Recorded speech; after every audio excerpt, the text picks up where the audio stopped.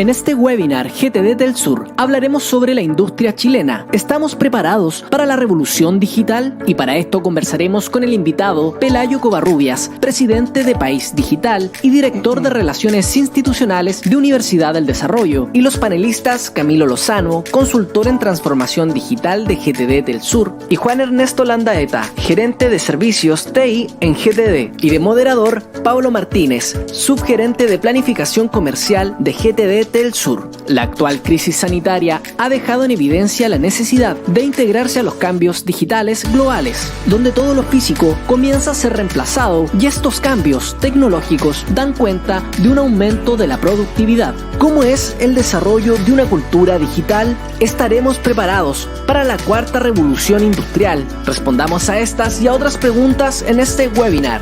Somos GTD del Sur, siempre ágiles, cercanos y confiables.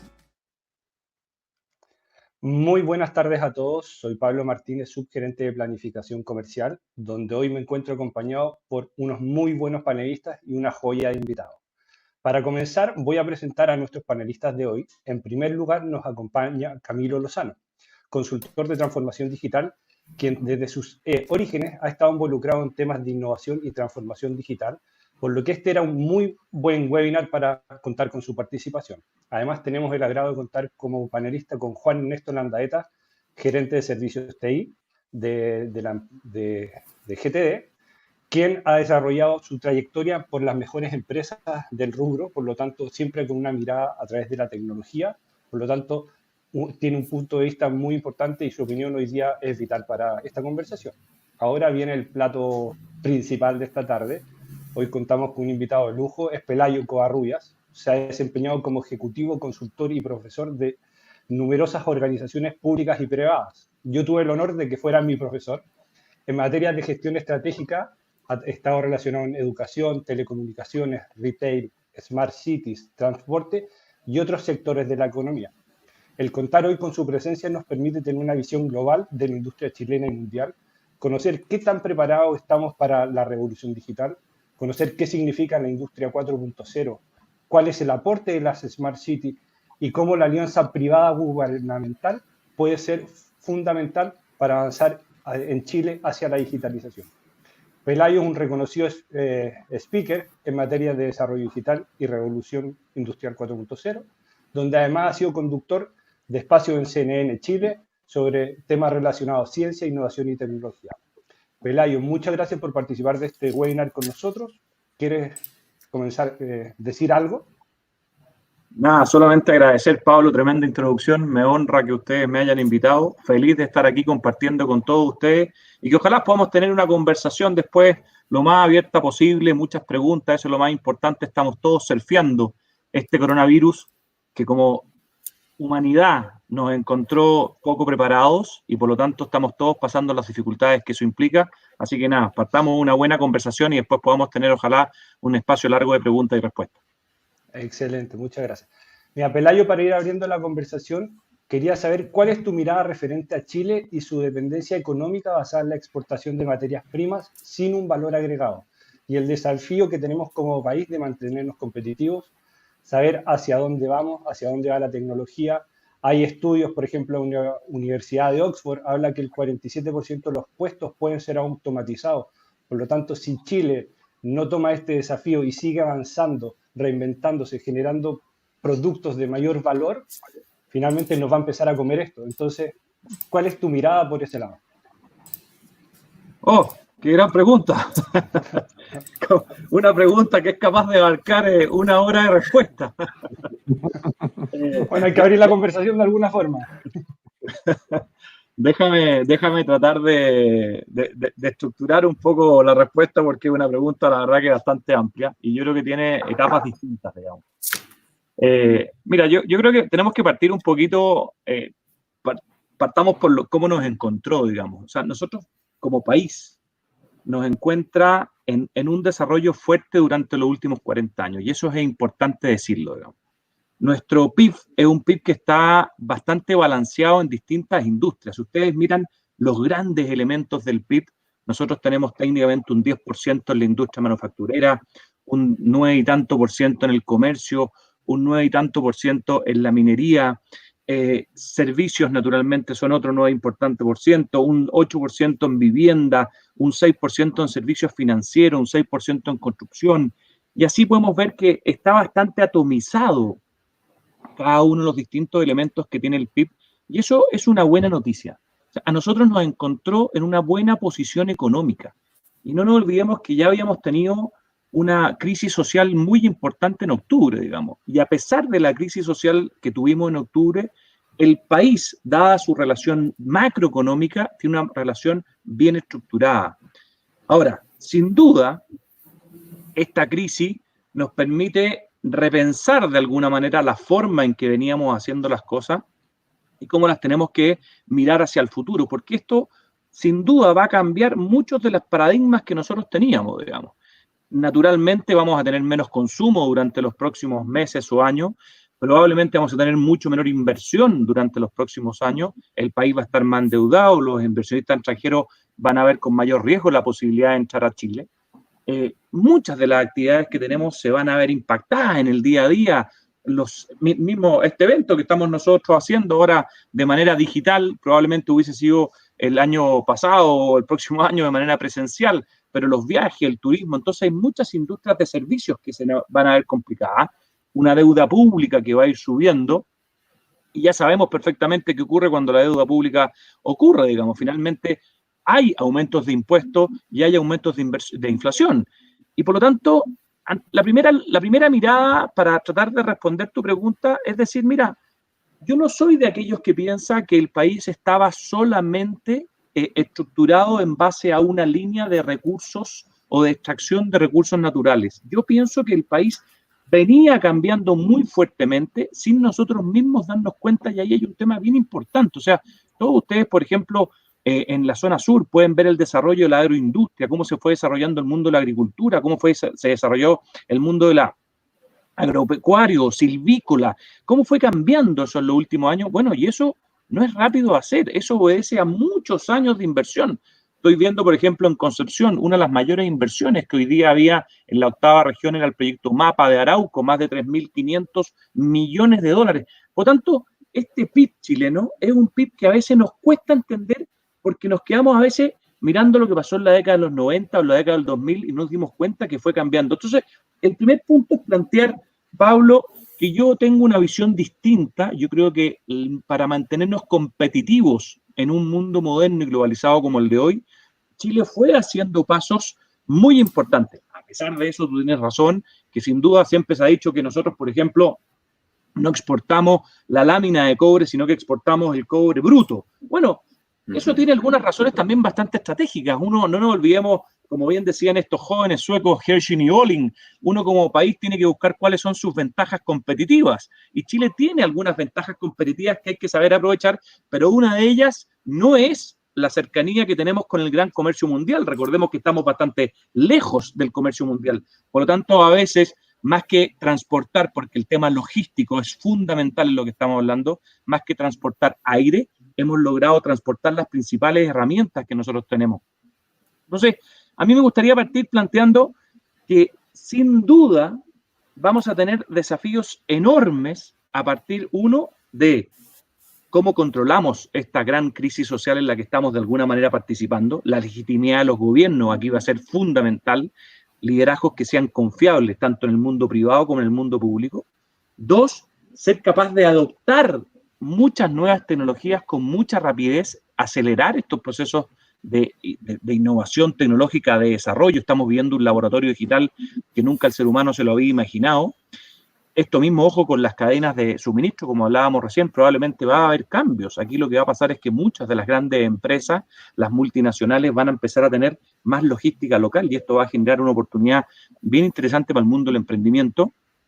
Y las empresas probablemente en el próximo periodo, próxima década, hablemos, en el mundo, no solamente en Chile, van a ser menos rentables, pero van a ser más resistentes. Se va a haber producido un cambio muy importante en la resistencia de las empresas que les va a permitir a ellas superar con sustentabilidad estos problemas que hoy día estamos desafiándonos. Interesante. Oye, Pelayo, bueno, muchas gracias por estar acá. quería preguntarte, antes de eso, antes de la pregunta, hacer un comentario que Chile es muy bueno exportando cosas porque llevamos años haciéndolo también. Dentro de todo, nos hemos agarrado a esa experiencia y la hemos ido puliendo de tal manera que incluso hemos sido capaces de exportar ese conocimiento de cómo exportar. Vas a ver la fruta, en el vino, en los salmones, por ejemplo. Siento yo que ese conocimiento Chile tiene que agarrarlo, materializarlo y ojalá poder rentabilizarlo. Y esa forma de cómo traspasamos conocimiento tiene que ver mucho con un concepto que es muy amplio, pero quisiera enfocarlo, que es la educación. ¿Cómo crees tú, en lo que han visto en los últimos años, en los análisis, y cómo se ve para adelante, qué desafíos tiene que tener la educación como tal para estas nuevas empresas, ¿cierto? Como bien dijiste tú, que van a ser más digitales, van a automatizar más procesos, y los profesionales que están saliendo hoy en día no cuentan con las herramientas porque estamos enseñando lo que hemos enseñado hace muchos años atrás. Por ejemplo, yo soy ingeniero civil industrial y mi papá también, y me pasó sus apuntes y me hicieron la misma prueba que le hicieron a él, con 40 años de diferencia. Entonces, estamos realmente cambiando la forma de enseñar para poder enfrentar estos desafíos, y qué desafíos vienen para adelante también. Oye, una gran pregunta, Camilo. Ojo que muchas veces acá hay paradigmas, ¿eh? Yo pienso que ante la tremenda pregunta de Pablo, digamos, a veces nosotros en Chile tenemos ciertos paradigmas, y este paradigma de los recursos naturales y que solo somos capaces de producir recursos naturales, o sea, somos un país de extracción de recursos naturales, no nos damos cuenta cómo nosotros fuimos evolucionando. No nos olvidemos que aquí está el concepto del milagro chileno. Chile pasó en la década del 90 de tener $3.000 de ingreso per cápita a tener hoy día $25.000 de ingreso per cápita. Eso no es gratis. Detrás de eso hay muchos procesos productivos, educativos, que fueron cambiando a lo largo de estos años. Y por tanto, primer concepto es como tú ponías, Camilo, algunos ejemplos. Déjame agregarte uno más que yo creo que siempre es muy interesante. El caso de las cerezas. Yo no sé si ustedes saben, pero hoy día nosotros exportamos la misma cantidad que vinos o salmones en cerezas. Y las cerezas tienen técnicamente 10 años en Chile. ¿Y por qué? Bueno, porque se produjo esta magia, digamos, de los chinos, en donde los chinos se dieron cuenta y regalan muchas cerezas para el Año Nuevo Chino, que es más o menos siempre la primera semana de febrero. A mí me tocó estar, por ejemplo, en el septiembre pasado en los supermercados chinos y tú te encontrabas con una cajita de 6 cerezas, lo mismo que una cajita de bombones de chocolate. El problema es que las 6 cerezas costaban allá $10. O sea, la cereza costaba $1. Entonces, el proceso productivo de la cereza ha sido brutal durante los últimos años, y así te podría dar muchos ejemplos de cómo Chile fue cambiando su modelo exportador, su modelo de servicio. Y sin duda, para que eso ocurra, la educación tiene que seguir cambiando, y ojo, ha cambiado. Mira, acá hay un elemento importante que plantear. En la década de los 60, Chile se tuvo que preocupar de un gran desafío. Y ese desafío fue la desnutrición. Y probablemente el doctor Monker yo le daría el premio Nobel chileno si existiese, digamos, porque él fue ese gran champion que fue capaz de desarrollar la importancia de que los chilenos tuviésemos un sistema de nutrición distinto. Hoy día quizás nos fuimos al otro extremo, estamos algunos un poquito gorditos, digamos, pero sin duda lo que hizo en ese periodo fue cambiar la nutrición. Bueno, en la década de los 70, la gran política pública fue resolver el problema de la vivienda. Y a lo que se dedicó el gobierno durante mucha fuerza en ese minuto fue a entregar hogares. En la década de los 60, por contarles una anécdota, ustedes se construyeron muchos grandes edificios. Ustedes conocerán las Torres San Borja, se les vendrán a la cabeza algunos otros edificios maravillosos que hay en Santiago, que eran muy buenos, pero no daban una solución a la gran mayoría de los chilenos. Por lo tanto, se creó lo que hoy día puede ser un problema, una sustitución o un resultado de vivienda muy pequeñita, que era la famosa vivienda de 40 metros. Bueno, en la década de los 80 nos metimos, el gran problema fue la salud. Y hubo que terminar, fueron grandes consultorios de salud, lo que conocemos hoy día como los CEFAM, y luego los hospitales. En la década del 90, ya probablemente todos están bastante conscientes de lo que fue pasando, no nos olvidemos la educación. Hasta ese minuto teníamos educación hasta octavo básico. No nos olvidemos que recién, el año 2000, gobierno de Lagos, se termina con lo que es la educación a cuarto medio. Y ya en la década de los 10, que es la que estamos terminando en estos minutos, ¿cierto? Partiendo de los 20, la década pasada, bueno, el gran tema fue la educación universitaria. Recién ahí, no se olviden, viene el tema de la gratuidad, viene el tema de que las universidades tienen que seguir a fondo. Entonces, si uno mira en décadas los desafíos de las políticas públicas, miren cómo han ido cambiando en tan corto plazo. Desnutrición, vivienda, salud, educación básica, educación universitaria.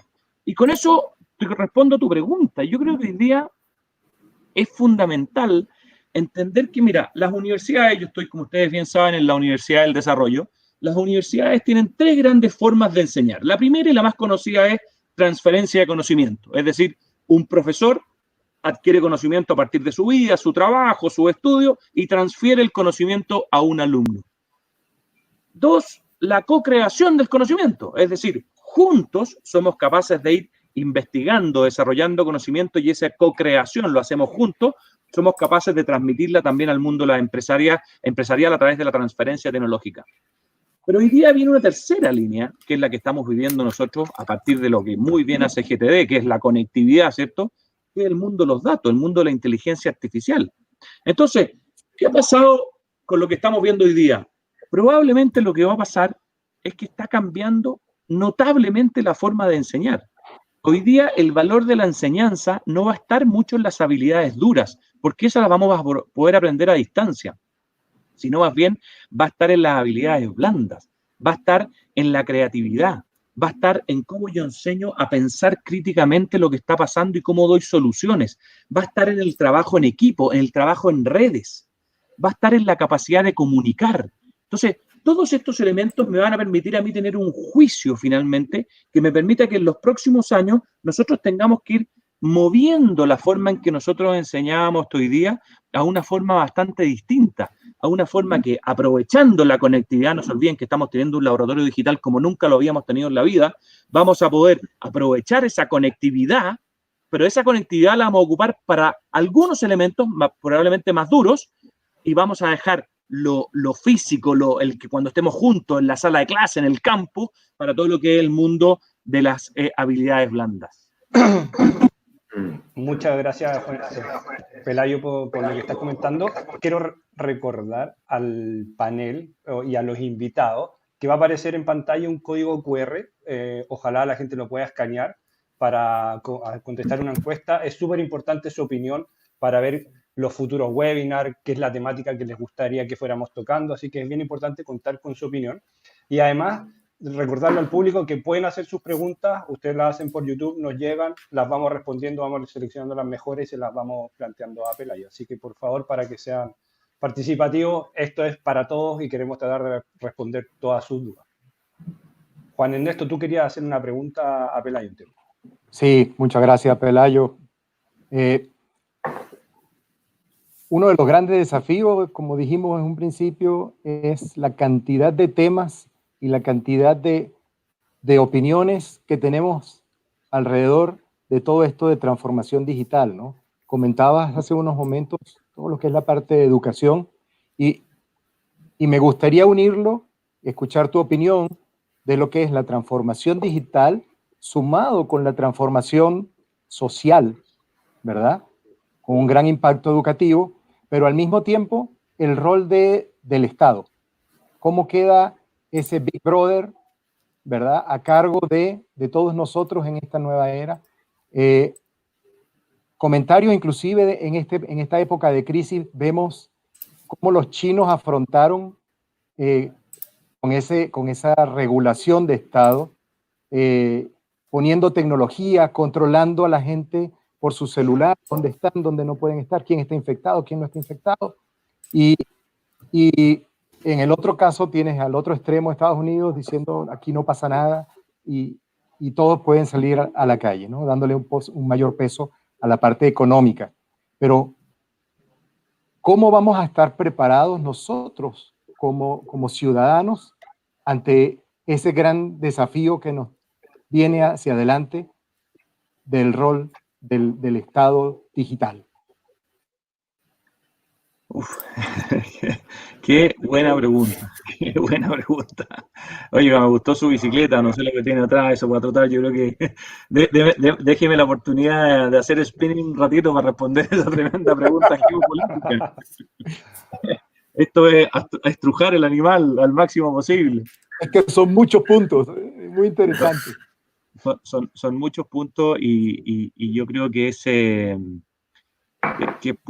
vamos por partes. A ver, tratemos, como dicen, la única forma de comerse un gran animal es ir de a poquito, digamos. Y esta es una muy buena pregunta. Mira, yo primero creo que es importante entender, vamos a la situación nuestra chilena, digamos. Nosotros hemos ido avanzando rápidamente en las últimas décadas. Y déjame llevarlo al tema que más nos congrega, digamos, que es el mundo del Internet. Hoy día en Chile tenemos más de 95% de conectividad de Internet móvil. Y tenemos más de 50% de los hogares con Internet fijo. Si yo me comparo con Japón, Japón tiene 95% de Internet móvil, pero tiene 100% de Internet fijo. O sea, claramente hay un desafío en lograr una mayor conectividad. Pero el uso que estamos teniendo de esa conectividad hoy día es muy importante porque nos va mostrando cómo nos conectamos a través del mundo móvil. De hecho, por ejemplo, en esta crisis que hemos tenido del COVID, gran mayoría de los dispositivos, las apps, no aumentó su uso. Lo que sí aumentó su uso en este periodo fueron todo lo que fueron las plataformas. Probablemente muchos de los que nos están escuchando a través de plataformas distintas y ustedes pueden ver ahí a través de Zoom cómo surgió fuertemente, a través de Teams, a través de Hangout, a través de Webex y distintas plataformas, cómo fueron cambiando. Por lo tanto, nos fuimos dando cuenta cómo, a pesar de que la gran cantidad de la población chilena tiene su conectividad a partir de la Internet móvil, también hemos ido ocupando para el teletrabajo, para la telemedicina, las teleconsultas, la capacidad de la Internet y de la red fija. Eso es como un primer concepto que yo creo que es importante destacar. Ahora, eso nos encontró en un país que tiene cosas bastante interesantes. Por ejemplo, nosotros somos de los países más competitivos en el mundo en costo de Internet. Nuestro precio de Internet es tremendamente bajo. Estamos en las posiciones probablemente las más baratas a nivel mundial, tanto en Internet móvil como en Internet fija. Entonces, de alguna manera el COVID lo que vino fue a acelerar todo este proceso de transformación digital que nosotros ya estábamos viviendo. Y aquí viene, y voy a tu respuesta, a tu pregunta. ¿Cómo se une esto con la transformación cultural y con el gobierno? Bueno, esto es fundamental. Nosotros, por ejemplo, desde Fundación País Digital, el año 2015 pusimos un índice y que decía que al año 2020 el 100% de los trámites tenía que estar digitalizados. Nosotros en Chile tenemos más o menos 3.500 trámites en total como país.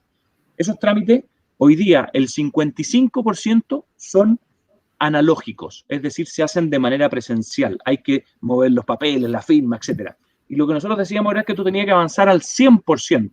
Aquí han habido casos notables de modernización del Estado. Por ejemplo, el conservador de bienes raíces de Santiago, desgraciadamente es el único, pero tiene todo modernizado en cuanto a lo que es el registro de los papeles. Eso acelera cualquier cantidad la productividad de un Estado digital. Entonces, lo que tenemos que hacer es que estos 3.500 trámites que tiene el Estado hay que digitalizarlos, ojalá el 100%, de forma que eso nos permita ser mucho más competitivos como modernización del Estado, y que es uno de los desafíos que nosotros tenemos hoy día fuertemente. Lo mismo, por ejemplo, el World Economic Forum viene hace años haciendo un informe respecto a lo que se llama el ranking de competitividad. Bueno, nosotros en Latinoamérica somos número 1, pero en el mundo somos número 33 y hemos variado 33, 35, 38. Ahora, ¿qué pasa? Que dentro de las recomendaciones para mejorar mucho más aún, tenemos que dar un salto muy grande en lo que son mejorar nuestras habilidades, mejorar, por ejemplo, el uso de las tecnologías, no solamente la conectividad, sino que también saber usarla, mejorar la capacidad de innovación que tenemos como país, y eso es 100% transformación cultural, mejorar la capacidad de I+D. Uno de los temas que estamos más débiles respecto a los países de la OSCE es lo que nosotros gastamos en el país como innovación y desarrollo. Y este es un tema fundamental, porque la relación de las empresas y este coronavirus lo que ha mostrado es que los países que son más resilientes a poder salir bien de esta crisis son aquellos que hacen mayor líneas de investigación y desarrollo y aquellas empresas que están vinculadas con el mundo de las universidades en esas lógicas. Entonces, de alguna manera, nosotros podemos ir uniendo, a partir de tu pregunta, distintos factores culturales, factores sociales, factores de cómo nosotros como país somos capaces, y aquí tomo lo que decía Pablo al principio, o sea, si yo, Pablo, tengo un país en que está vinculado 100% entre la innovación y el desarrollo con las empresas, eso va a permitir que tu matriz productiva también vaya cambiando. Y son todas aquellas cosas las que tenemos que nosotros ir capaces de ponerle una hoja de ruta muy concreta, proyectos concretos, cartagán proyectos, presupuestos públicos que empujen esas materias de primera forma. Ahora, ahí está la dificultad. Muchas veces estas cosas no son prioridad. Tú no tienes en la calle un grupo social de gente pidiendo por más conectividad o por mejor líneas de investigación y desarrollo. Tú tienes un grupo social muchas veces pidiendo por otras necesidades, y ahí está la capacidad del liderazgo de tener que empujar y guiar a los pueblos a ser capaces de ser más competitivos en el largo plazo. Oye, Pelayo, mira acá en el chat hay una pregunta que sería buena en tu opinión. Dice, es importante identificar el rol de las TIC en el proceso de transformación digital y el rol del Estado en el apoyo a los ciudadanos en tiempos de cuarentena. O sea, ¿cuál es el rol que a nosotros como una empresa de tecnología y comunicaciones tenemos que hacer hoy día en la pandemia? Pero yo creo que también esto en el largo plazo. ¿Cuál es tu mirada por ese lado? Gran pregunta, le agradezco a un Víctor Moya que veo ahí que la pregunta. Mira, yo creo que los dos elementos son fundamentales y vamos por partes. Nosotros estamos viviendo un laboratorio digital y este laboratorio digital va a producir cambios que realmente no lo habíamos pensado y son cambios que naturalmente nos producen incertidumbre. Es decir, hoy día yo les podría decir que el mundo no está en un entre paréntesis. Esto es una forma en que el mundo va a cambiar y por lo tanto un consejo sería, vamos a tener que aprender a ahorrar más y vamos a tener que tener energía para nuevos periodos de incertidumbre. O sea, ese es un tema que va a quedar y que va a quedar claramente establecido acá. El mercado laboral se va a reestructurar. Muchos estamos teniendo un experimento que no habíamos visto hoy día desde la casa, lo que es el teletrabajo. Y el resultado de esto naturalmente va a modificar la economía del futuro. Entonces, cosas que antiguamente intentamos de alguna manera, por ejemplo, nosotros en la universidad veníamos tratando de enseñar a distancia por internet hace mucho tiempo, pero no resultaba. No resultaba porque a los profesores les costaba mucho, porque había que rehacer la clase, porque los alumnos no tenían buena conectividad. Bueno, lo que ha sucedido ahora es que esto se ha acelerado de una forma brutal y todos lo están haciendo. Y los que no podían hacerlo están buscando la forma de hacerlo. Eso es lo que es generar un laboratorio artificial, lo que hizo el coronavirus. Entonces, sin duda que toda esta enseñanza a distancia, que todo este teletrabajo, que toda esta telemedicina que están surgiendo, o sea, toda esta materia online va a significar que el mundo va a generar un proceso distinto de trabajo colaborativo, pero de trabajo. Y por lo tanto, la aceleración que toda esta automatización va a tener, la implementación de los robots, de la inteligencia artificial, del aprendizaje automático, todo esto es la importancia que las TICs, y con eso respondo a tu pregunta, están teniendo en este mundo. Hoy día lo que ha sucedido es que esta cuarta revolución industrial entró como un tsunami en toda la población y no lo habíamos visto así antes.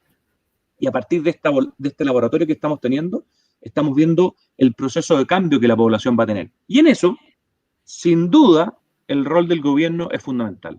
No te olvides que el gobierno maneja más o menos un 25% en el caso chileno de los impuestos que nosotros pagamos al gobierno. Cada uno de los que está escuchando hoy día paga todos los días una cantidad de impuestos muy importante de su ingreso. No se olviden que el IVA es técnicamente la mitad del impuesto del gobierno, lo otro es impuesto a la renta y impuesto a las empresas. Entonces, de los impuestos que nosotros como chilenos producimos, el gobierno no produce valor, el que produce el valor somos las personas, somos las empresas. A partir de esa plata, él tiene que redistribuir naturalmente los proyectos sociales, pero también en generar las ventajas competitivas para nosotros como ciudadanos del futuro, seamos capaces de sustentar este país en el largo plazo. Y ahí el rol del Estado es clave, porque va en la lógica de empujar con más fuerza que nunca lo que es la adopción tecnológica que hoy día el mundo está teniendo en aquellos, sobre todo, grupos socioeconómicos o grupos sociales que hoy día no tienen la capacidad por sí mismos de acceder a ello. Y por eso es fundamental que nosotros tengamos un trabajo muy mancomunado, público-privado, de forma que nadie se quede atrás de esta transformación digital que el mundo ya está teniendo de manera brutal. Pelayo, siguiendo un poco tu respuesta y la pregunta que hizo Cristian respecto a los ciudadanos en tiempo de cuarentena o en estado de emergencia, ¿cierto?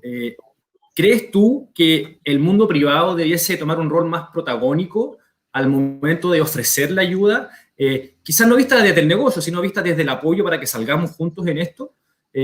Por ejemplo, hay mundos privados regionales, potentes nichos en todo Chile, y quizás asumir un rol más protagónico en el norte, las mineras, la fruta, el salmón, transversalmente la logística, decir, oye, ya mira, sabéis que yo tengo redes conexionadas en todo Chile, yo apoyo al Estado, o entre privados nosotros vamos a ofrecer un apoyo al Estado para que salgamos juntos de esto en el tiempo de crisis, que se entienda que es un estado excepcional, por así decirlo. Bueno, yo creo que se ha hecho, Yo creo, Camilo, que el mundo privado, mira la CPC lo que ha hecho de manera maravillosa, comprando los respiradores artificiales en China a través de escenarios muy complejos de compra. Pocas veces se había visto la dificultad de poder comprar respiradores en otros países, dado que la pandemia es mundial y la demanda por los respiradores está en todas partes. Entonces, yo lo que digo es que acá el mundo privado nunca hay que olvidarse, y esto Michael Porter ya nos dijo esto hace muchos años atrás, gran profesor de estrategia. Primero, él partió con las grandes ventajas competitivas, no nos olvidemos. Pero luego de las ventajas competitivas, él sacó un paper que se llamaba Creación de Valor Compartido, Share Value. Y él planteaba que las empresas, si no estaban bien vinculadas con sus stakeholders y en la comunidad y estaban juntas agregando valor, era imposible que desarrollaran una ventaja competitiva de largo plazo. Y lo que nosotros estamos viendo es que hoy día naturalmente es fundamental el trabajo muy colaborativo entre el mundo público y el mundo privado por este concepto que hablábamos recién. A la gente a veces se le olvida esto, pero el Estado no genera valor. El que genera el valor son los emprendedores, son los innovadores, son los empresarios, son los emprendimientos del pequeño hasta el grande, y lo que hace finalmente el Estado es regular esto y ordenarlo hacia adelante. Por lo tanto, en este caso, el trabajo que hoy día está teniendo el Estado requiere fundamentalmente de la flexibilidad y de la capacidad de innovación y emprendimiento que tiene el mundo privado. Por lo tanto, si nosotros le dejamos todo esto al Estado, esto no lo vamos a resolver. Esto es fundamental que lo hagamos en conjunto, un trabajo muy colaborativo entre el mundo público y el mundo privado. Sí, o sea, es fundamental cómo se conectan estos dos mundos, yo estoy muy de acuerdo contigo, y ahí nosotros como Telsur y como Grupo GTD tuvimos una gran participación en lo que es el proyecto de Smart City, que es apoyar a gobiernos regionales en este proyecto macro de Smart City. Ahí Pablo participó activamente en eso. ¿Cómo funcionó esa relación mundo privado, mundo público en un proyecto tan específico y que ayuda a tanta gente? Sí, acá en Valdivia se armó una mesa de trabajo entre el municipio, la Universidad Austral y Telefónica del Sur para ir probando e ir desarrollando distintas tecnologías de temas de Smart City. Trabajamos durante 2 años, se lograron cosas súper importantes, teníamos cámaras en los distintos puentes para contar la cantidad de vehículos, vehículos menores, vehículos grandes, bicicletas, teníamos en otro en ciclovía, y pasó, incluso habían 70 puntos de Wi-Fi en la ciudad, sabíamos cómo se movía la gente, en qué horas se concentraban en un lado, cómo se movían, etc. Era información súper valiosa y nos ocurrió en octubre del año pasado, con la crisis social que tuvo Chile, gran parte de la infraestructura que teníamos fue destruida. Fue una pérdida súper grande. La información la tenemos, pero la infraestructura se perdió. Por el momento no se ha repuesto, no sabemos qué va a pasar. Hoy día hay que recordar, estamos en una pandemia que es un paréntesis a esa crisis. Hay que ver qué pasará después, pero uno ve que culturalmente es de destruir, se destruyeron plazas, o sea, todo lo que había en la calle se rompió, da lo mismo. Entonces, muchas cosas que las empresas estaban desarrollando, incluso la universidad había puesto sensores de humo, de calidad del aire, del ruido, estamos comparando imágenes de cámaras con sensores de ruido, entonces ver si había correlación, todo eso destruido. O sea, una pena súper grande. Mira, Pablo, déjame a propósito de lo que tú dices, yo creo que hay un elemento súper importante. Desde País Digital nosotros lanzamos un estudio en conjunto con Cisco que se hizo a nivel mundial, se llama el e-Readiness de Cisco. Nosotros le pedimos a Cisco si podíamos hacer ese estudio a nivel local, de forma que pudiésemos ver cómo estaba Chile respecto a sus regiones y respecto a sus distintas ciudades y después compararlo con el mundo. Y lo uno con lo que tú decías de Smart City, porque esto es fundamental.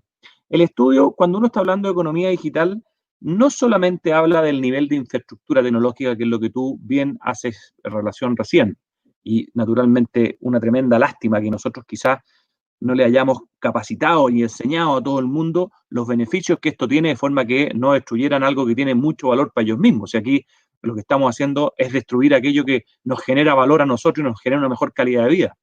¿Qué es lo que nos dice el estudio? Entonces, mira, el estudio hay 7 formas de medir esto. Primero, obviamente, la conectividad, infraestructura tecnológica, y ahí insisto, ustedes como GTD, de hecho, permítanme felicitarlos, yo aquí estoy conectado en mi casa, donde estoy en trabajo a distancia hace muchos días, trabajando con conectividad de GTD y no he tenido ningún problema, así que les quiero agradecer realmente la conectividad que me están dando a nivel local. De hecho, a mi amigo Fernando Gana se lo he dicho bastante y varias veces. Entonces, primero, infraestructura tecnológica. 2, adopción tecnológica.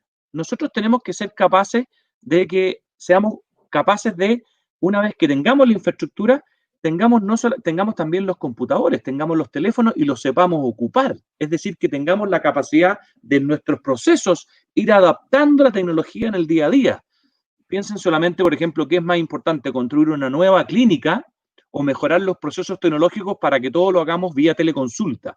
Ahí, por ejemplo, en los desafíos que hemos tenido en este mes ha sido principalmente el e-commerce.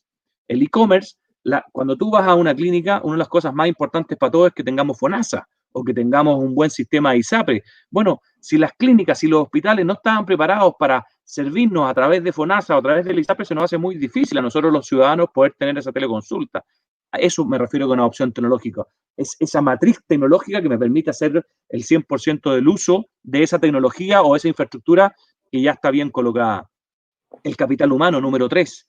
El desarrollo digital de un país requiere de una población muy hábil en el uso de las tecnologías digitales. Y por eso nosotros tenemos el SimCETIC hace mucho tiempo, en que le preguntábamos a los niños y las niñas, oye, ¿tienen esas habilidades mínimas básicas para trabajar en el mundo del siglo XXI?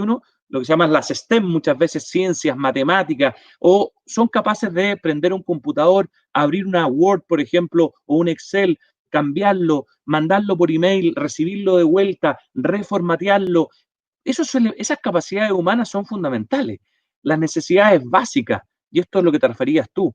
Un país que está bien preparado digitalmente necesita suplir las necesidades básicas de su población. Es decir, naturalmente que no tengamos pobreza y que la tengamos lo más controlada posible. En Chile estábamos en el orden del 6-7% de la pobreza. Probablemente con esta coronavirus va a subir y vamos a tener que preocuparnos principalmente de eso, por supuesto, los más desvalidos, y luego enfocarnos en que las personas en situación de calle, las personas que tienen problemas de desventajas acumuladas, no las tengan, de forma que esas necesidades básicas nos permitan dedicarnos de lleno a esta gran revolución digital. Bueno, las facilidades para el comercio, como hablaba recién, la inversión privada y gubernamental.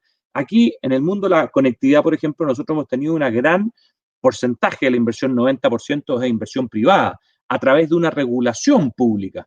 Y por lo tanto, yo siempre aplaudo a las empresas que están detrás de esto invirtiendo, porque hay un riesgo detrás de la inversión. Y naturalmente necesitamos que en aquellos lugares donde hay brechas sociales muy importantes y que hacen imposible que los modelos de negocio permitan invertir en esa ruralidad o en esos lugares sociales, bueno, apoyo del gobierno para poder hacerlo.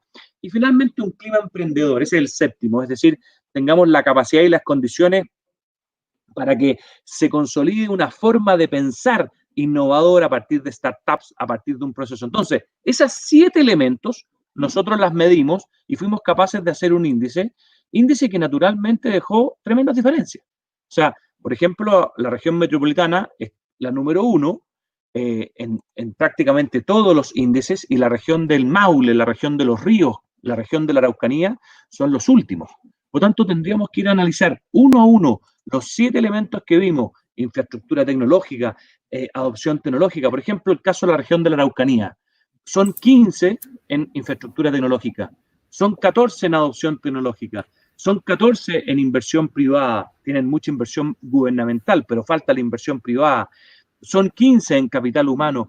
Todos esos elementos lo que hacen finalmente es que no te permiten desarrollar esa ciudad inteligente que tú estás pensando, porque en el futuro, ¿qué va a pasar? Que a partir de que todos estemos más conectados y tengamos mejor capacidad de infraestructura digital, me voy a dar la opción de estar en mi casa distinta a la que estoy hoy día en la gran ciudad.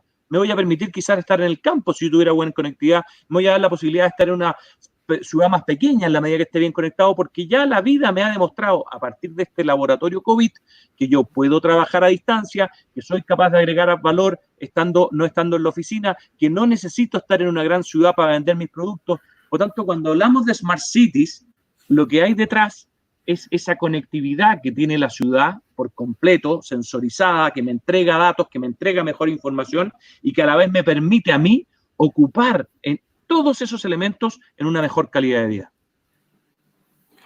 Pelayo, interesante, y sin entrar en muchos temas técnicos, ¿verdad? Porque no es la idea para nada, pero sí hay un complemento que es importante resaltar. Tú decías, el Estado no puede solo, la inversión privada también es importantísima, y esta inversión privada requiere de visión de futuro, porque cuando nosotros decidimos pasar la fibra a un pueblo para dar conectividad a ese pueblo, o a un sitio donde está verdaderamente remoto, tú dices, bueno, ¿quién hace la inversión?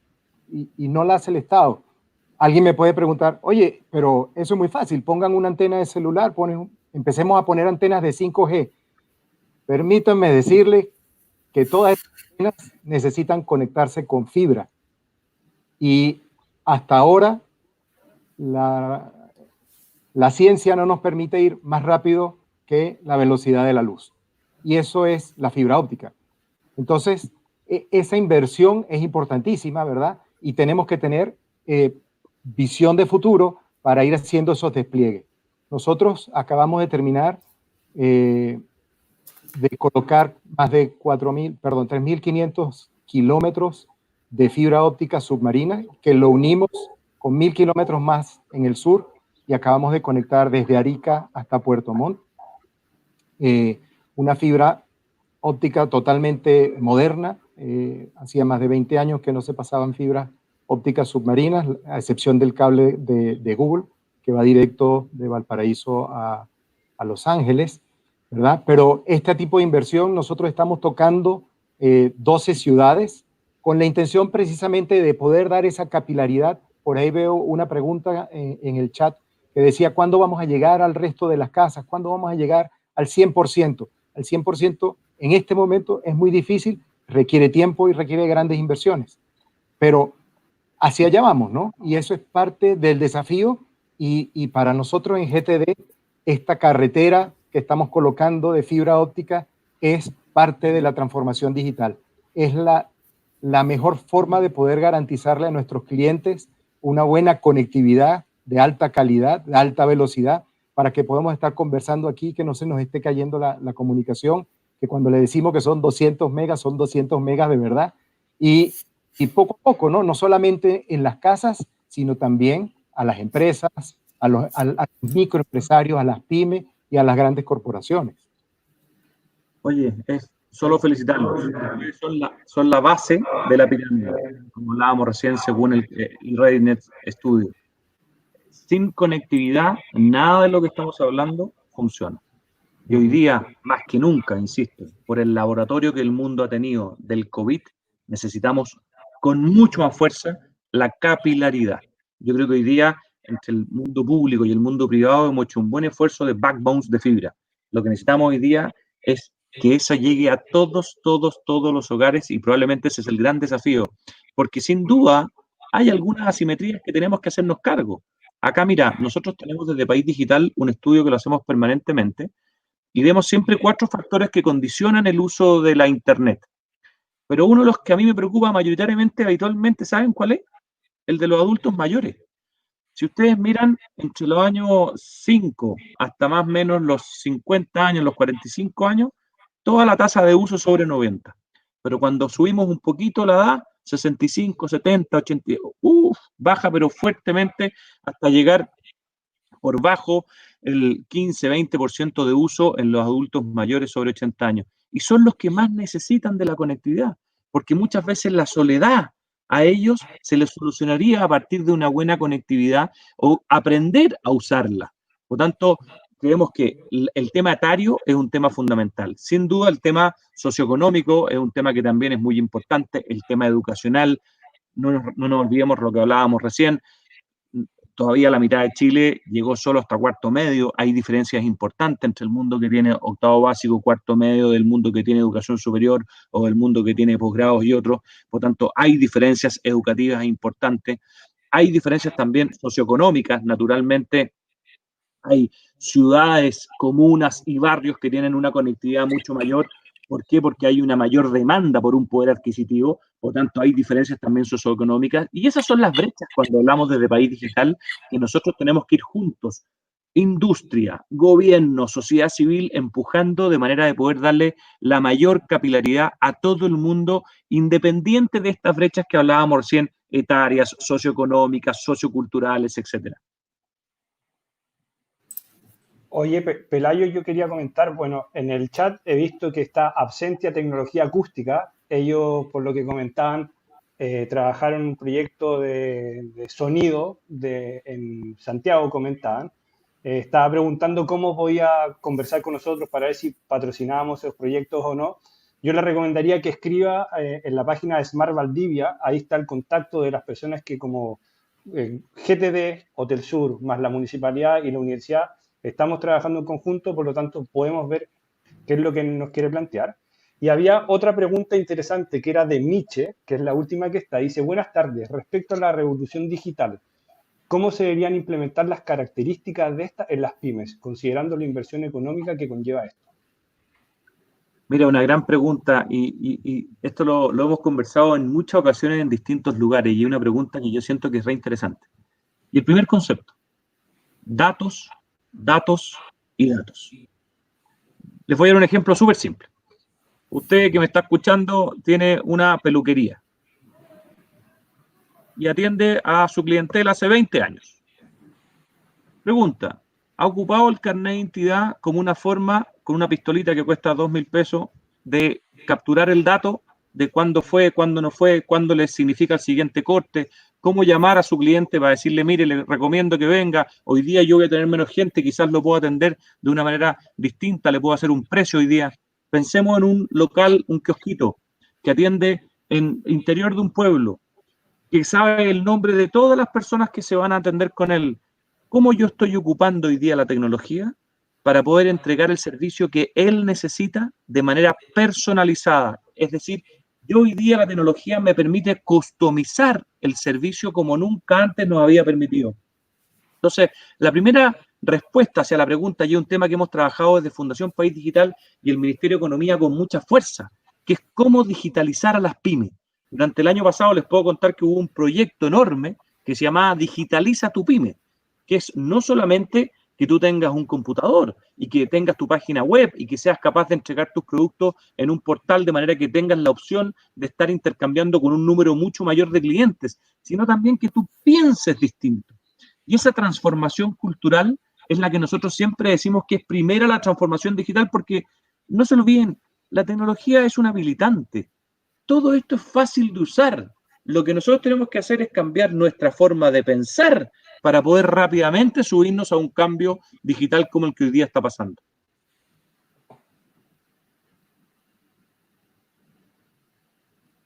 Súper buena tu respuesta. Creo que son cosas básicas que la gente puede ir considerando y aportan ese granito de arena que dices tú. O sea, tener mayor información de nuestros contactos, tener data. Eso es lo más importante. La data es lo más valioso que tiene una empresa. Conocer a sus clientes y los no clientes. Por lo tanto, siempre es bueno ir recopilando toda esa información.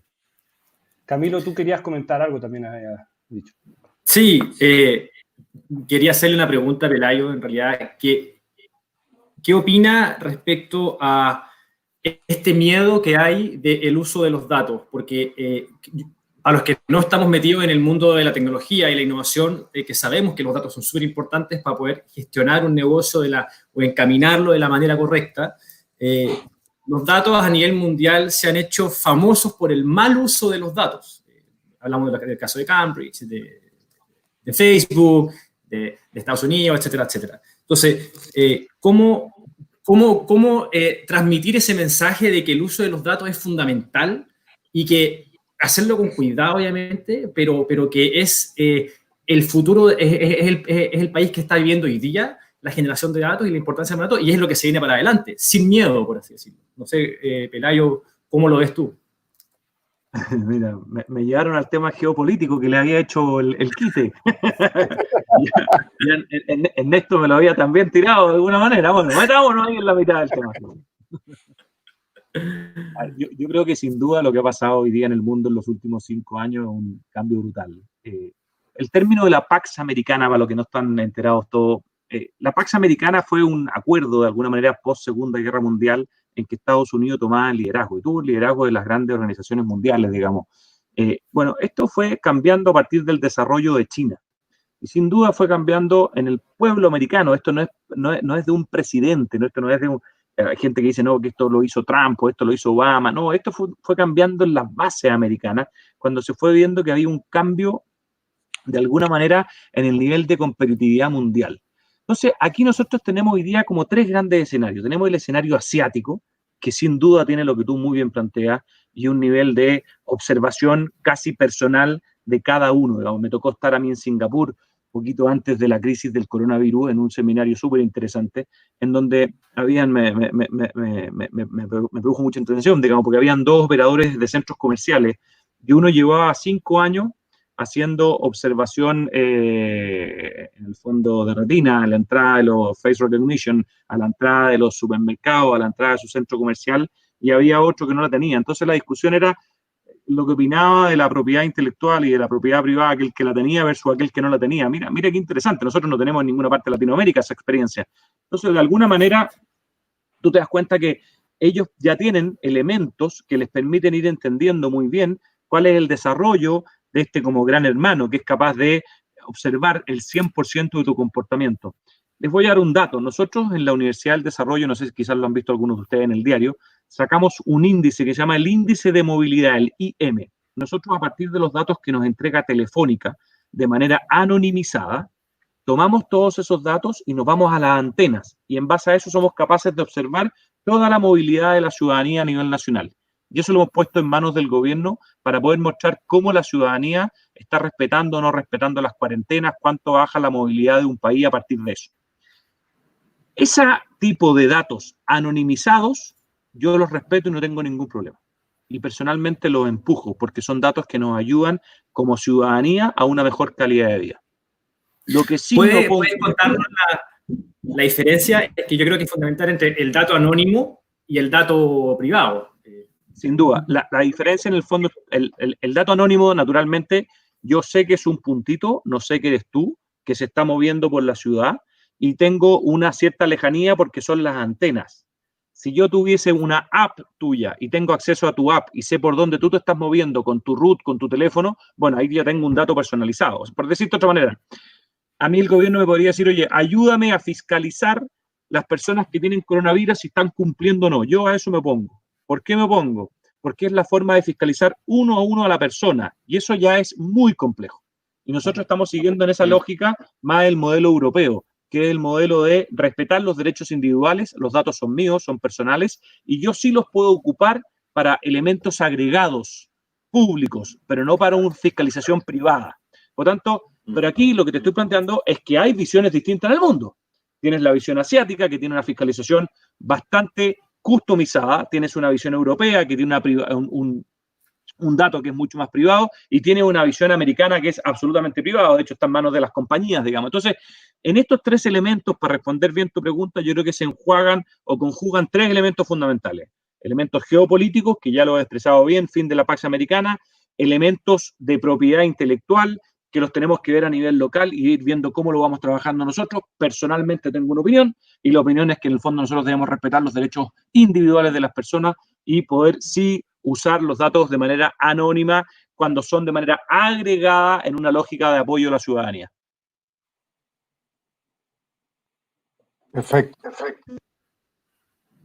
Hay una pregunta que toca el tema de si estamos preparados para el 5G y dependiendo de la solución, dependiendo del problema que tengas, no necesariamente tienes que resolverlo con 5G. Volviendo al punto como empezaste la conversación, Pelayo, decías, ninguno de nosotros estaba preparado para esto que estamos viviendo en este momento.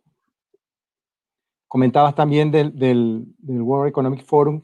Hay una estadística, ellos sacan un cuadro anual donde dicen cuáles son los niveles de riesgo, ¿verdad?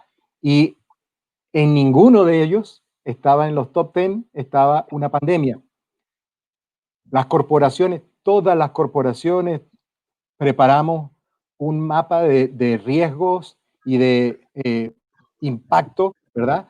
Y la pandemia siempre quedaba como de muy alto impacto, pero muy poco riesgo, ¿no? Entonces, siempre estaba allí y no le hacíamos caso.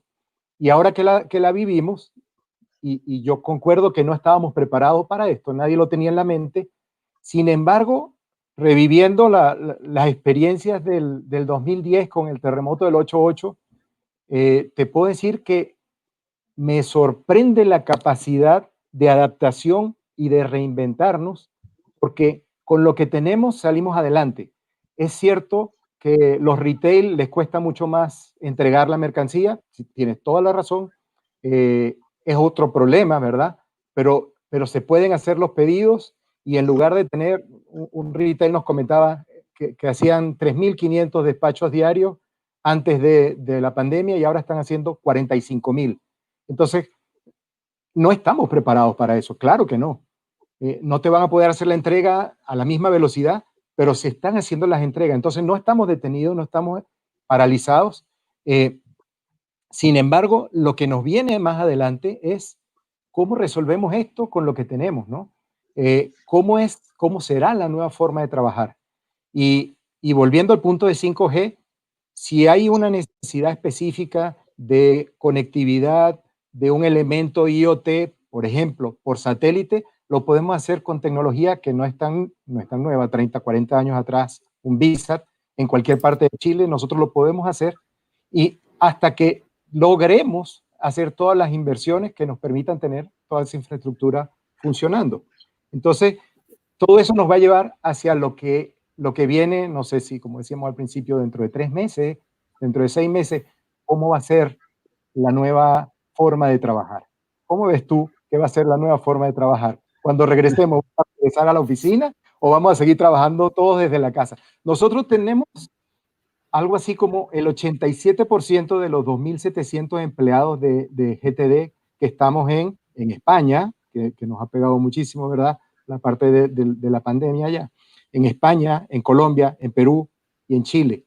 Y 87% estamos trabajando desde casa.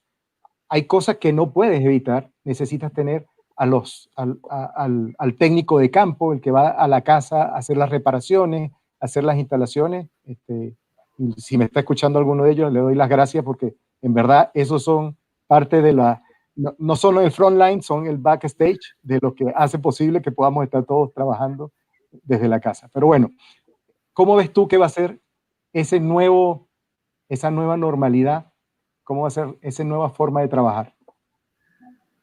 Mira, yo creo que son 3 elementos fundamentales aquí pensar. El primero, naturalmente, nosotros en esta crisis que estamos teniendo, yo diría que tenemos que sobrevivir. y muchas pymes, muchas personas que nos están escuchando lo están pasando mal. Y por lo tanto, el primer concepto es que como seres humanos, uno va a buscar la forma de defenderse para que nuestra empresa, nuestro sustento, sobrevivamos. Luego nos vamos a poner a pensar, y muchos ya están en esa etapa, y están viendo en el fondo cómo va a responder de alguna manera a esta lógica que nos ha enfrentado el coronavirus. Cómo vamos a responder adaptando las nuevas tecnologías. Y es lo que estamos viendo. Ustedes probablemente han visto en sus mismas redes un aumento de demanda fundamental. ¿Por qué? Porque estamos todos respondiendo de manera distinta. Por ejemplo, nosotros desde la Universidad del Desarrollo hacemos 1.300 clases diarias a través de distintas plataformas. Detrás de eso, hay una cantidad infinita de trabajo. Imagínense la cantidad del profesor, de la preparación de clase y la forma de prepararla. No solamente prepararla desde la lógica de que tú tienes que hacer usar una plataforma digital, sino que la pedagogía digital que implica el hacer una clase a distancia es totalmente distinta. Las herramientas que tienes que estar ocupando, el cómo te aprenden eso. Ponte en el caso de los médicos que han tenido que dejar de lado sus hospitales. Aquí nosotros nos olvidamos, pero a las clínicas, a los hospitales les ha ido pésimo. Les ha ido bien desde el punto de vista del coronavirus, pero han dejado de hacer todas las atenciones que ellos hacían normalmente y esas las están haciendo a distancia a través de teleconsulta. Bueno, detrás de eso hay un aprendizaje brutal. Entonces, de alguna manera, cómo nos estamos respondiendo es fundamental. Y por último, vamos a resurgir. Y en ese resurgir me quedo en la pregunta tuya. Yo soy un convencido de que la transformación digital venía. Lo que pasa es que acá tuvimos un tsunami. Y de este laboratorio digital no volvemos atrás. Solo vamos a ir avanzando por la forma en que el ser humano aprende las cosas. Al ser humano le costó mucho aceptar la rueda, pero una vez que entendió cómo usar la rueda, créeme que no dejó de usarla. Al ser humano le costó mucho hacer el cambio a la máquina de vapor, pero una vez que logró entender la máquina de vapor, no dejó de usarla. ¿Para qué vamos a hablar de la energía? Recordemos las peleas que tuvieron en un principio entre si iban a ser de un tipo o de otro tipo, finalmente la energía que tuvimos. Bueno, en el caso tecnológico es lo mismo. Hoy día nosotros como seres humanos hemos vivido esto que estamos haciendo y no lo vamos a soltar. Y por lo tanto hoy día van a haber muchas amenazas en las distintas industrias que veíamos del PIB. Y acá es re importante, nosotros hicimos un estudio que se los recomiendo con Accenture, que se evaluaban todas las grandes industrias del PIB y mostraban que Chile tenemos más de 13.000 millones de dólares en riesgo si no somos capaces de adaptarnos rápidamente en esas industrias al mundo tecnológico. Hoy en el mundo de la agricultura, la sensorización que la agricultura, la ganadería, la silvicultura necesita, en el mundo de la información y las telecomunicaciones, en el mundo de las actividades financieras, todo el mundo de los fintech, cómo va a cambiar el mundo de los seguros, en el comercio, bueno, eso ya ha sido brutal, cómo está cambiando desde el comercio analógico al e-commerce. Ustedes están viendo lo que ha pasado en las grandes empresas mundiales, cómo están AliExpress, Amazon, acá lo mismo, digamos, el otro día hablaba con la gente de Falabella y me decían, mira, nosotros el consumo promedio nos bajó en un torno al 60% durante abril, pero el consumo de e-commerce nos subió en un 100%. Ahora, como la ponderación del e-commerce era muy pequeña, el consumo total, obviamente no es capaz de balancear toda la balanza, pero esto es un tema que viene con mucha fuerza. En las industrias manufactureras, cómo está cambiando la digitalización y los procesos de automatización que nosotros tenemos al interior. En el mundo de las minas, yo siempre digo que el mundo de las minas ha tenido un cambio brutal sin nosotros darnos cuenta. Hoy día las minas ya no tienen al antiguo viejo que estaba ahí con una pela sacando la minería, digamos. Hoy día son todos con un joystick que funcionan como tus niños cuando están jugando PlayStation. Entonces, hemos tenido un proceso de adopción tecnológica que lo que va a suceder es que se aceleró con una fuerza brutal. Y por lo tanto tenemos que estar muy preparados, todos los que están escuchando, porque aquí, ojo señores, hay riesgo, hay gran riesgo de perder el trabajo. ¿En qué sentido? En que va a haber un cambio de tareas. Por lo tanto, esta revolución industrial lo que hizo fue traer más gente al mundo del trabajo, no ha quedado menos gente. Nunca habíamos sido 7.500 millones de personas trabajando, salvo el paréntesis del coronavirus que está llevando las tasas de desempleo en el mundo, tasas nunca antes vistas, pero eso va a pasar. Pero una vez que pase, vamos a necesitar un reentrenamiento nosotros, porque dadas las tareas que están cambiando, dada la automatización que hemos conversado, es fundamental que ustedes entiendan que hoy día uno ya no para nunca de estudiar. Yo me acuerdo de chico, mi padre me decía, mira, los médicos estudian toda la vida, pero nosotros no, porque eso cambió. Hoy día todos tenemos que estudiar todos los días para estar entendiendo la rapidez con que está cambiando esta automatización y esta digitalización que está teniendo el mundo. Tal cual. Oye, Pelayo, muchas gracias. Estamos en la hora. Creo que ha sido muy importante la conversación que se ha dado. Esperamos haber logrado satisfacer las inquietudes del público. Entregamos una excelente conversación y era eso para nosotros muy valioso contar con tu presencia. Así que muchas gracias por acompañarnos hoy. Juan Ernesto, también muchas gracias por tu participación.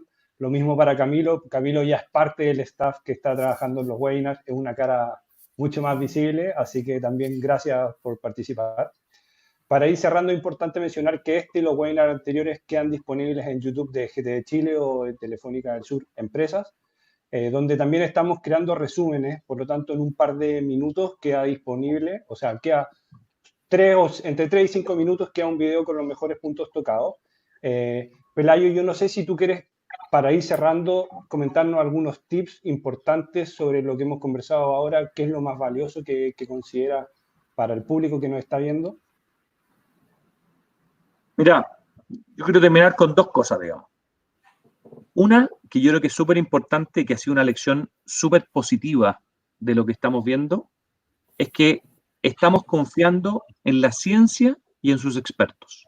A mí eso me ha gustado mucho. Si ustedes miran, al principio, por supuesto, habían todos los charlatanes de siempre hablando de todo, pero esto se ha ido corrigiendo y enfocando en que finalmente elegimos, oye, el tipo de la pandemia, bueno, es un doctor que sabe de pandemia, escuchémoslo a él. En el mundo del conocimiento, el expertise técnico tiene un valor muy importante y la ciencia ha demostrado en este periodo tener un valor fundamental. Y la buena noticia es que hemos encontrado buena ciencia en Chile. Y eso a mí me llena de esperanza. Probablemente a veces es lejano para muchos de los que nos están escuchando, pero el hecho de tener una capacidad científica en el país nos permite crecer con mucha fuerza. Es un primer elemento. Un segundo elemento es que yo estoy asombrado cómo las compañías de telecomunicaciones y cómo la población en general fue capaz, por el lado de las compañías, de adaptarse a un aumento de demanda brutal en el ámbito de la conectividad y por el lado de la población de ser capaces de aceptar este cambio de manera tan rápida. Hemos visto esto mismo nosotros en otros países y no se ha sucedido así. Por lo tanto, vemos que Chile ha tenido, y la población chilena, una flexibilidad de entender un nuevo entorno de manera realmente maravillosa. Y yo creo que eso nos tiene que llenar a todos de esperanza de que vamos a pasar un periodo difícil, sin duda, eso tenemos que aceptarlo. Pero a partir de ese periodo difícil vamos a ser capaces, como hablábamos, de resurgir de una manera bastante distinta a cómo veníamos trabajando, en confianza con la ciencia, en confianza en nosotros mismos por haber sido capaces de pasar adelante esta pandemia y en el entendimiento de que esto fue un laboratorio digital que nos obliga a educarnos de manera distinta a cómo nos habíamos educado en el pasado, es decir, a educarnos mucho más en las habilidades de trabajo en equipo, de pensamiento crítico, de comunicación entre nosotros. Con eso yo me despido, les agradezco a ustedes la invitación, creo que este tipo de elementos son esas cosas que necesitamos todos nosotros como chilenos, sociedad civil y gobierno, participar de manera que le demos un empuje. Y en eso GTD está haciendo una tremenda labor, no solo en entregarnos conectividad, sino que en poder permitirnos difundir este tipo de mensajes. Así que muchas gracias y que estén muy bien. No, muchas gracias a ti. Agradecer a la audiencia, estuvo participativa, muy buenas preguntas. Es imposible responder todas. Hicimos el esfuerzo por tratar de responder las que agrupaban la mayor cantidad de preguntas. Va a quedar disponible ahí el código QR por si alguien no ha contestado la encuesta y lo quiere hacer. Agradecer a todos. Nos vemos la próxima semana en un nuevo webinar. Vamos a contar con la presencia de Ignacio Canals. Él es fundador de LemonTech, una empresa que se ha transformado en la industria legal de los abogados. Ellos tienen ya presencia en 17 países, más de 10.000 abogados ocupando sus soluciones. Por lo tanto, es súper bueno tener la mirada de ellos, de cómo han transformado la mirada o la forma de trabajar de los abogados. Así que va a ser un excelente invitado, así que están invitados para la próxima semana. Muchas gracias y nos vemos pronto. Muchas gracias a todos. Por favor, sigan cuidándose.